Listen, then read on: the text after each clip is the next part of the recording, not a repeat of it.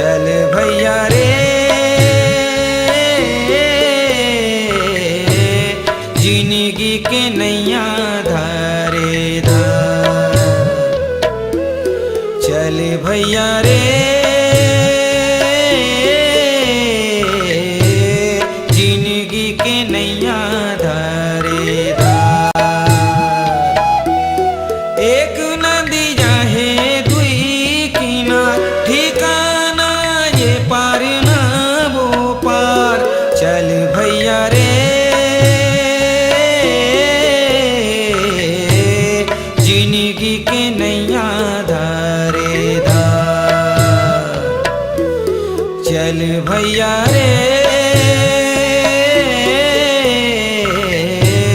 जिंदगी के नैया धारे धार।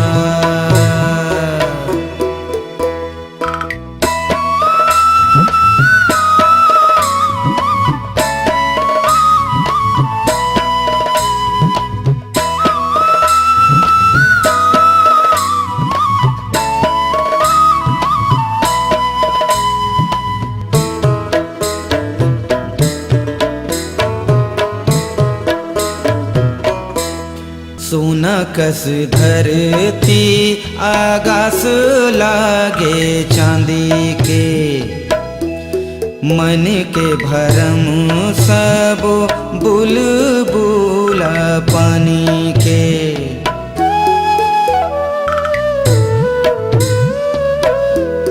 सोना कस धरती आकाश लागे चांदी के। मन के भरम सब बुलबुला पानी के। माया पीरा नाता बंध दिन चारी के। नकली चकली फूल फुलवारी के। चल भैया रे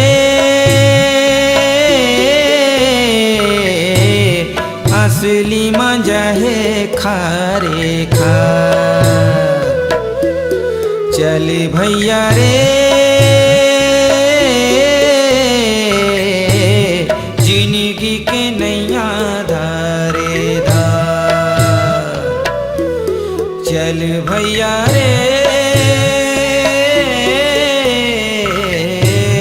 जिंदगी के नैया धारे धार।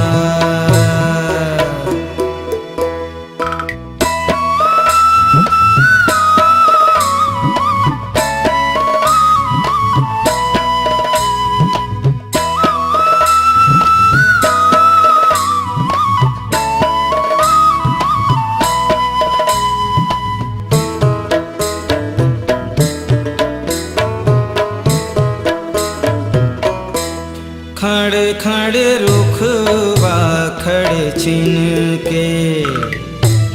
सुख दुख लागे दुई दुई दिन के। खड़ खड़ रुखवा खड़ छिन के। सुख दुख लागे दुई दुई दिन के। अरथिया करथ पाप पुण्य के। जीना मरना है मुड़ धुन धुन के। चल भैया रे जीते बाजी होवे हारे हार। चल भैया रे जिंदगी के नैया धारे धार।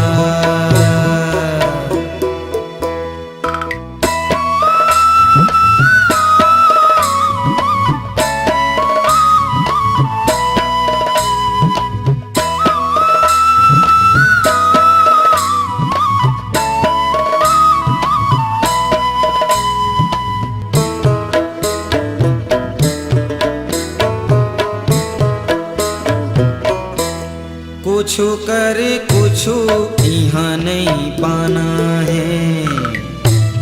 बटोर बटोर सब गंवाना है।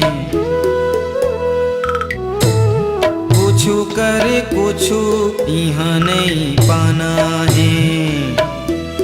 बटोर बटोर सब गमाना है। हास गले देख जग तमाशा है। बाट माया बाट कल रवाना है। चल भैया रे बैठे दुख दुआरे दुआर। चल भैया रे जिंदगी के नैया धारे धार।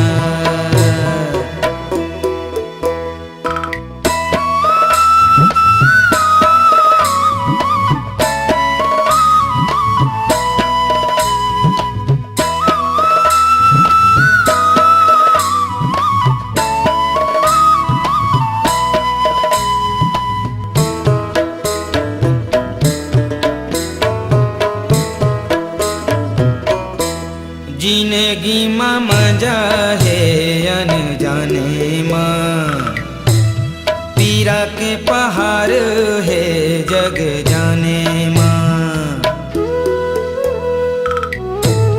जिंदगी माँ मजा है अनजाने माँ। पीरा के पहाड़ है जग जाने माँ। कोनो सुख पाए छिन न गाए माँ। कोनो सुख पाए बाँट गवाए माँ। चल भैया रे समय काटना है सारे सार। चल भैया रे जिंदगी के नैया धारे धार। अपनी आवाज को दीजिए एक नया मुकाम। डिजिटल रिकॉर्डिंग की दुनिया का जाना पहचाना नाम स्वरांजलि, जहां गूंजती हैं ध्वनियां अपनी माटी की सौंधी सुगंध के साथ। छत्तीसगढ़ी संगीत के विविध रंग जो पहुंचाते हैं पूरे प्रदेश में डिजिटल रिकॉर्डिंग के संग। स्वरांजलि स्टूडियो, नेमीचंद गली नंबर 2, गंजपारा, रायपुर।